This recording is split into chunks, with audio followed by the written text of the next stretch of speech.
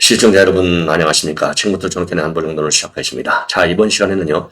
자, 윤석열 대통령이 요즘 굉장히 이제 고민이 많다. 특히 이제 의료 대란 때문에 이건 뭐 다 아시는 거 아니겠습니까? 그래서 뭐 정말 수시로 특히 이제 추석 명절을 계기로 해서 병원을 순시하면서 이제 의료인을 격려하고 그리고 이제 의료 개혁의 큰 틀, 이거는 뭐 그대로 이제 가지고 간다. 그러면서 의료진에게 의료계에 주는 선물도 굉장히 강조하고 나섰어요. 자, 그러다 보니까 이게 그럼에도 불구하고 의료진에서 그렇게 쉽게 우리 정부가 지금 추진하고 있는 이 대화의 구도에 들어오지 않고 있는 상황이지 않습니까? 그러다 보니까 이제 이러한 국민의 일단을 참모들에게 많이 좀 내놓고 있는데 속마음이 뭐냐? 어렵더라도 역사적 평가에 맡기자. 그러면서 할 일은 반드시 해 나가야 된다. 이러한 소신을 밝혔다고 합니다. 요 내용을요, 중앙일보가 유일하게 대대적으로 보도하고 있어요. 그래서 관련 내용을 상세하게 말씀드리도록 하겠고, 그리고 이제 추석이다 보니까 이제 추석 민심의 흐름이 이제 굉장히 중요할 텐데, 특히 한동훈과 그리고 이재명, 요 두 사람이 과연 추석 이후에 민심의 반응이 어떨 것이냐. 그래서 이 한동훈, 그 다음에 이제 이재명, 요 두 사람이 지금 직면하고 있는 이 딜레마적 상황을 분석해 드리도록 하겠습니다. 자, 그래서 지금 이제 한동훈 같은 경우에는요, 이 골든타임, 추석이 지나고 나서 한 달 안에 여론의 지지, 왜냐하면 지금 당 지지율도 지금 뭐랄까요, 최근 들어서 굉장히 많이 빠지고 있는 그런 상황이고, 그리고 이재명과의 차기 지도자 이런 지지율에서도 상당히 많이 뒤지고 있는 상황이 되겠습니다. 역설적으로 이재명도 마찬가지 당 대표 차기 지도자 이 지지율에서는 여전히 1등을 달리고 있지만은 중도층들 움직이지 않는 층이 여전히 40%나 된다는 겁니다. 요 40%를 이재명이가 잡지 못하면 대선이 안 보인다는 것인데, 중요한 게 뭐냐? 추석이 끝나서 한 달 지나면 이재명에 대한 1심 판결 2개가 기다리고 있다는 거죠. 더군다나 이번 추석과 관련해서 이재명이는 빈손으로 추석을 맞이하고 있다는 거예요. 왜? 지금 그야말로 당력을 총동원해서 추진한 게 이제 김건희 특검법하고, 그 다음에는 이제 최상병 특검법, 그리고 25만원법. 이게 전부 다 유원식 의장이 딱 수업시켜놨잖아요. 왜? 여야가 합의해야지 무슨 소리야. 추석 전에 이렇게 해서 이 국회에 대한 이 비판 여론이 또 높아지면 되겠어. 이렇게 됐거든요. 그러다 보니까 추석이라고 해서 우리 야권, 자기네 개딸들 중심의 야권 지지자한테 내줄 선물도 없는 거예요. 그런 상황에서 10월달 재판은 지금 1심 판결은 다 예정되어 있는 겁니다. 그래서 딜레마에 빠져 있다는 거예요. 그래서 이 한동훈, 이재명 모두가 어려운 국면에 처해 있다. 이게 이제 전반적인 분석이고요. 그 다음에 문재인이가 지금 이제 추석 메시지를 내놨는데 아주 참 더러운 인간이에요. 이 메시지를 보면은, 제가 내놓은 메시지를 보면요, 아주 좀 치사합니다. 굉장히 우회적으로, 지금 그냥 겁을 잔뜩 먹은 것 같아요.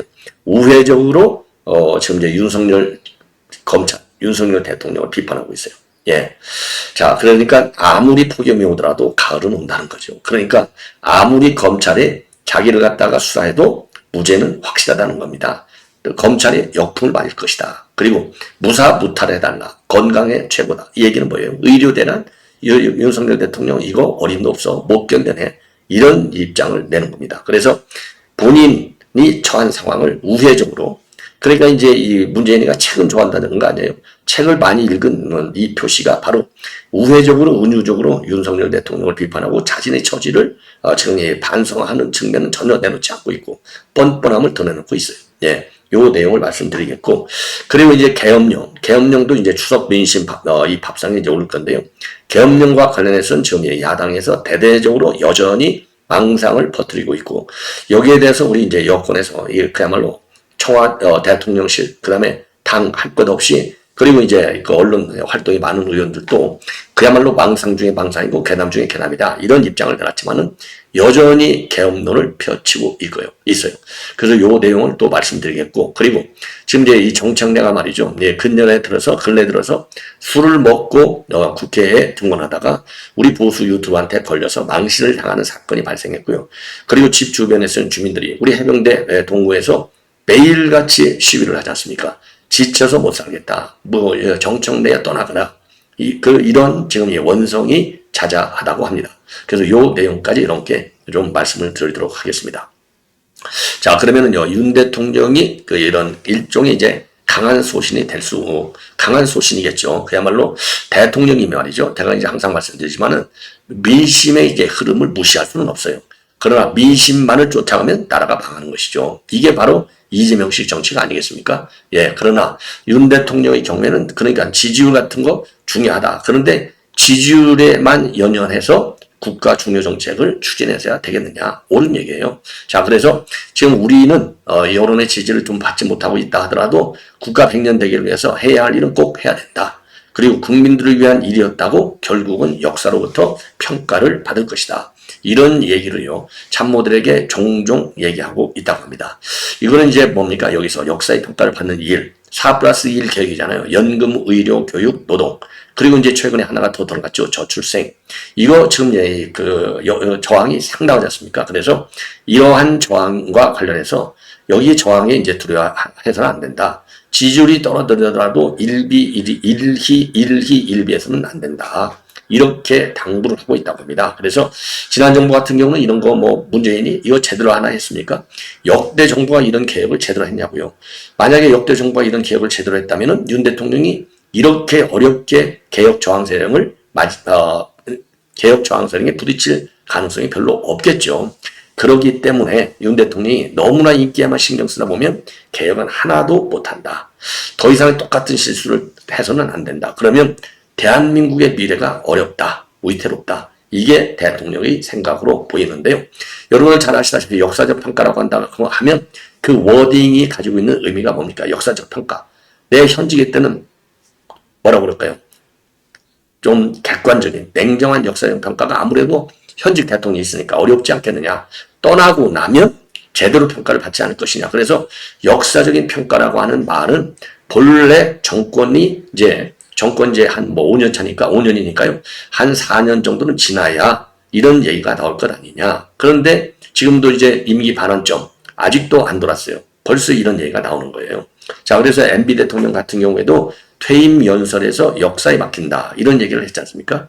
자, 그래서 그럼에도 불구하고 윤 대통령이 이렇게까지 얘기를 하는 것은 그만큼 개혁의 저항이 만만치 않다. 예, 요렇게, 요런 상황에서 윤 대통령이 느끼는 이 고민, 고충, 예, 딜레마, 요거를, 참모들한테 하는 얘기가 아니겠느냐. 요런 생각이 들고요. 지난 4월 1일 의료개혁 담화에서도 국민의 생명과 건강에 걸린 문제를 어떻게 대통령이 유불리를 따지고 외면할 수 있겠느냐. 그리고 지난 이 국정브리핑 8월 29일 날도 쉬운 길은 가지 않겠다. 국민 여러분께서 나라의 미래를 위해서 무엇이 옳은지 한 번 더 생각해 달라.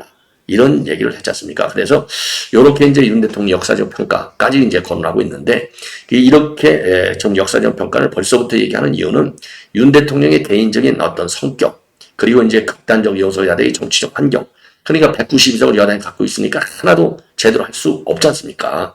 예. 그리고 이제 개인적인 특성이라고 한다면 2021년도 6월에 대선 출마 때 뭐라고 그랬어요? 이권 카르텔을 협파하겠다라고 했지 않습니까? 이권 카르텔. 제가 항상 얘기하잖아요. 의료개혁, 의사들이 자기 직업 이익만 생각한다. 이게 이권 카르텔 중에 이제 핵심 아닙니까? 이러한 개인적 특성과 그리고 지금 여소야대라고 하는 아주 특이한 정치 환경, 이런 것 때문에 역사적 평가를 강조하는 것이 아니냐. 그래서 꿋꿋하게 개혁의 요 길, 여기에서는 더 이상 이탈해서는 안 된다. 이런 당부의 메시지라고 보여집니다. 자, 이번에는요, 이제 한동훈과 이재명, 이 얘기를 이제 묶어서 말씀을 드리겠는데, 지금 이제 추석을 맞이해서 지금 한동훈, 대표한테도 한 달 후가 골든타임이다. 이것이 이제 정치권에서 나오는, 그리고 정치 전문가들이 평가하는 얘기예요. 자, 그러면 한 달 후에 뭐가 나와야 되느냐? 당 지지를 회복해야 되고, 그리고 윤석열 대통령과의 갈등 국면을 벗어나야 돼요. 자, 그리고 이제 또 민생은 또 민생대로 제대로 챙겨 나가야 되는데, 과연 이게 쉽게 되겠느냐. 예.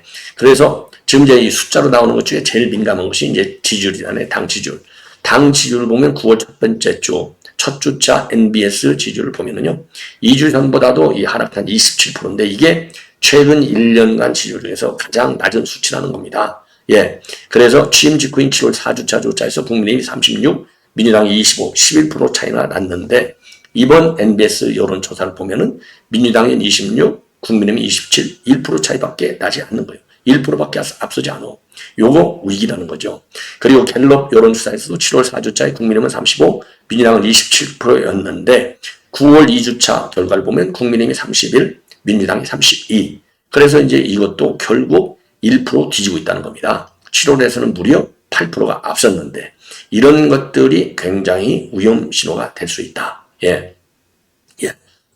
그 다음에, 그러면 왜 이렇게 지금 나오느냐? 지금 중도층이라고 하는 분들이 여야 어느 쪽에도 손을 들어주지 않다 보니까 이 당 지지율이 이렇게 빠지고 있다는 거. 그 다음에 이제 두 번째는 윤석열 대통령과 한동훈 간에 이런 중요 이슈에 대한 간극을 과연 좁힐 수 있겠느냐.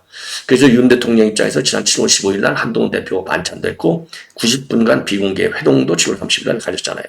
그런데 이제 김경수 복권을 둘러싸고 갈등이 또 표출되고 시작했고, 예, 또 이제 김건희 여사 문제, 의정 갈등 문제, 요런 족족 다 갈등 국면으로 이어졌어요. 그러다 보니까 지금 이제 이 갈등을 해결하기에는 지금 여러 가지 측면에서 어려운 측면이 더 많은 것이 아니냐. 그래서 일단 의정 갈등과 관련해서는 외형적으로 보면 언뜻 원팀이 된 것처럼 되어 있지만은 그렇게 딱 원팀이라고 볼 수 없는 한계를 갖고 있다는 겁니다. 자, 그러면 돌파구가 뭐겠느냐? 돌파구, 이 추석을 계기로 해서 돌파구를 만들 수 있는 제일 큰 이 이슈는 의정 갈등인데, 의정 갈등, 의료계의 지금 바로 보면 그렇게 쉽지 않을 거라는 겁니다. 예. 자, 그래서 이제 이 한동훈 대표가 이제 민생 문제 가지고 이제 승부를 걸 수밖에 없는데 민생 문제도 그렇게 쉽지가 않다. 왜? 예를 들어서 금투세 같은 거 굉장히 민감하잖아요. 그런데 192석의 야권이 여기에 대해서 공감을 해주지 않으면 이게 안 되는 거예요. 그래서 한동훈의 이 앞으로 한 달도 굉장히 어려울 것이다. 이런 전망을 중앙일보가 하고 있고요.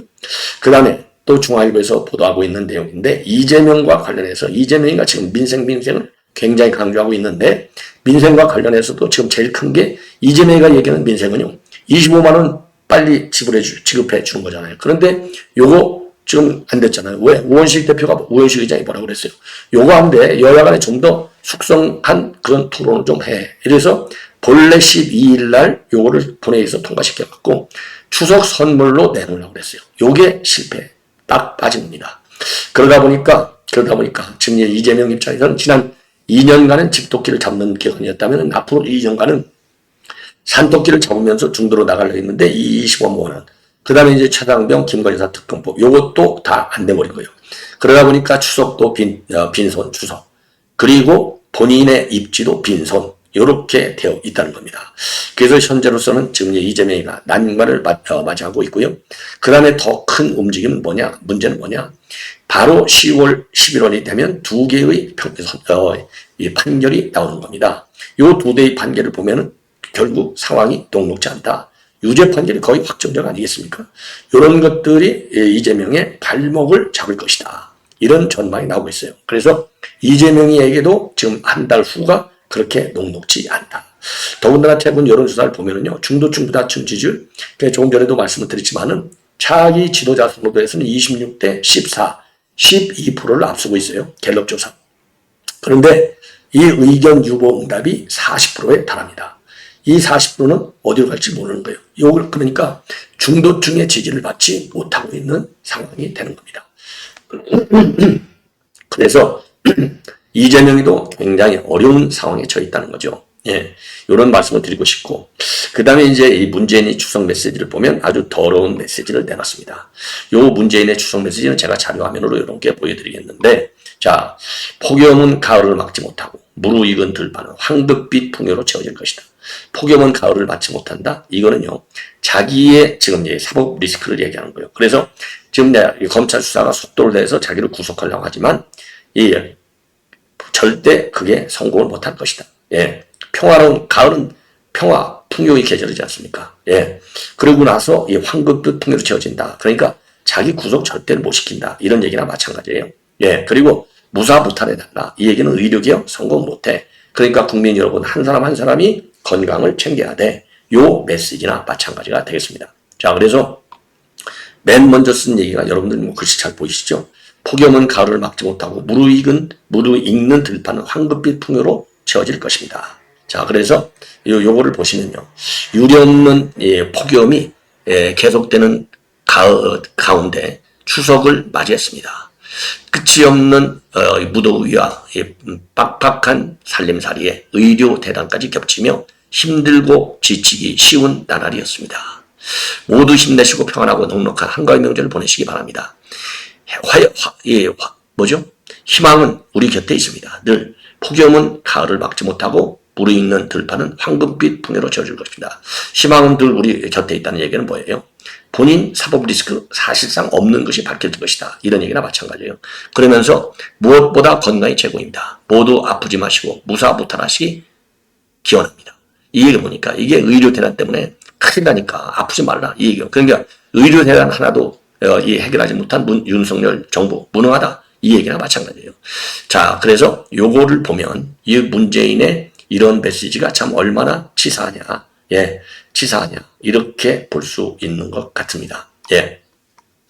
자, 그리고요. 그리고 여러분께 이제 말씀드리고 싶은 것이 바로 이제 계엄령과 관련해서 말씀을 드리겠는데, 계엄과 관련해서 지금 나오고 있는 내용. 이제 이 김재원 최고위원이 최근에 지금 이제 직접적으로 얘기한 거예요. 김재원 의원이 이제 김민석이가 뭐라고 했습니까?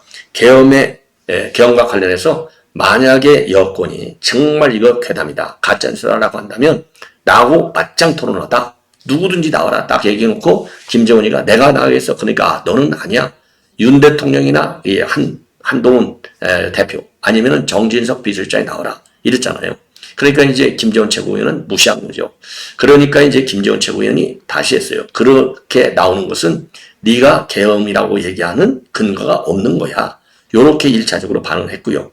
그리고 최근에 이 경기도 연성에서 있었던, 안성에서 있었던 이 현장 최고위원회에서 이 계엄 문제와 관련해서 한동훈 대표도 또 얘기를 꺼냈지 않습니까? 민주당에서 계엄 얘기를 계속하고 있는데 심지어 계엄에 대비하는 법을 발의하겠다. 이거 계엄법 만들어 놨잖아요. 그래서 이 48시간 이내에는 영장도 청구하지 못하게 해놓고, 그리고 본회의 일정을 공가하면 체포 구금된 국회의원은 전부 풀어주고, 이런 악법이 어디가 있습니까? 자, 이런 법안을 발의하겠다고 하는데 있지도 않을 계엄에 대비하는 것이다. 그러면서 범야권이 190석을 갖고 있으면 이런 황당한 짓을 해도 괜찮다는 거냐? 도대체 어디까지가 한계인지 알 수 없다. 자, 그러면서 김재원 최고위원께서 김민석 의원과 토론했다고 저희한 바 있는데 같이 한번 해봐라. 도대체 무슨 생각으로 이러는지 한번 드러나 보자. 이렇게 한동훈 대표가 현장 최고위원회에서 발언했어요. 요거를 김재원 최고위원이 이제 받아서 뭐라고 했느냐? 황당무계한 계엄을 주장하는 김민석 의원이 토론하자길래 저도 토론하자고 응선 적이 있는데, 그런데 이후에 민주당이 여러 이유를 대면서 대통령하고 토론하겠다, 당 대표하고 토론하겠다, 이런 얘기를 하고 있는데 혼자 나오기 어려우면 계엄 메들리를 부르는 이재명이, 김병주도 다 나와라. 3대1로 붙자. 그러니까 김민석 플러스 이재명, 김명주 나와서 3대1로 붙자는 겁니다. 얼마나 실없는 소리를 할지는 몰라도 제가 다 대응해 드리겠다. 그러면서요, 제가 그냥 다 해치워 버리겠습니다. 요렇게 얘기를 했어요. 그러니까 이제 한동훈 대표까지 나올 필요 없어요. 내가 그냥 다 해치워 버릴게요. 이 얘기나 마찬가지잖아요. 시원하게 한마디 쏘아붙인 거죠.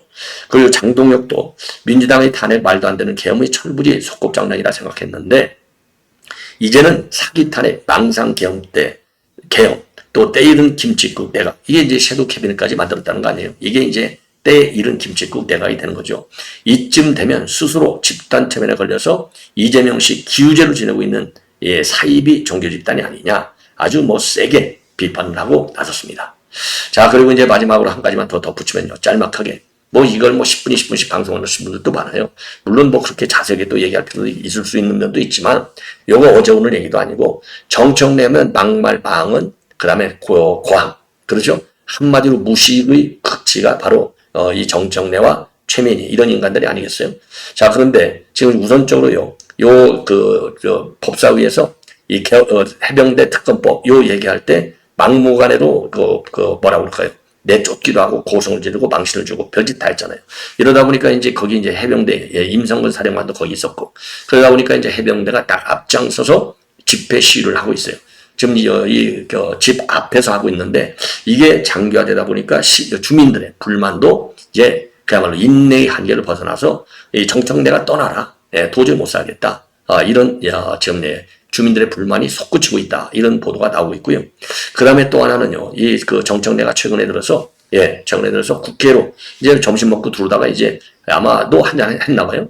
한잔 하고 들어오다가 이제 우리 보수 유튜버한테 제대로 걸려들었어요. 요거를 가지고 이제 실강이가 벌어졌습니다. 예.